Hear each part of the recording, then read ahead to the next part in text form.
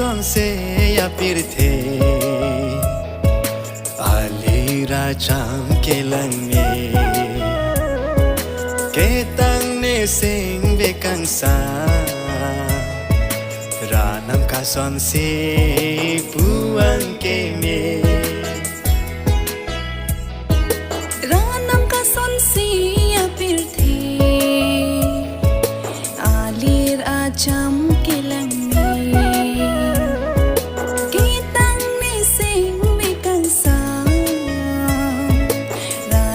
son se puan ke me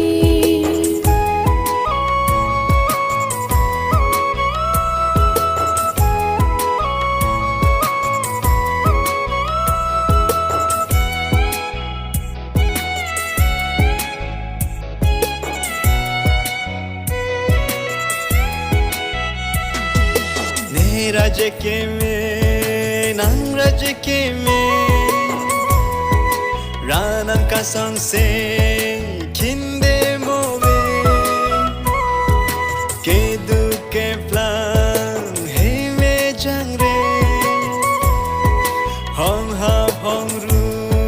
se lo kang tha ranam kang hon kai ke break break je the me sen pin deng kai ke ranam ka son se ya pirthe alira cham ke lang me ke tang ne sing me kang sa ranam ka son se puan ke me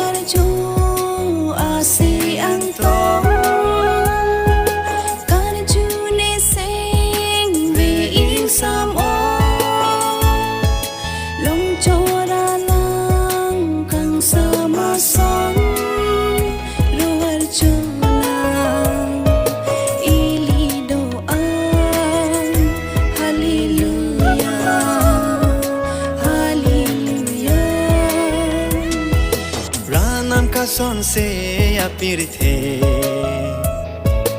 alir acham ke lang me ke tang ne sing ve kang sa ranam ka son se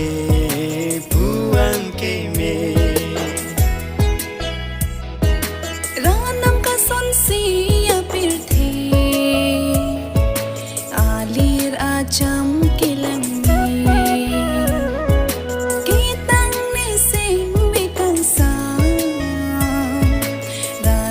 son se puan ke me ranam ka son se puan ke me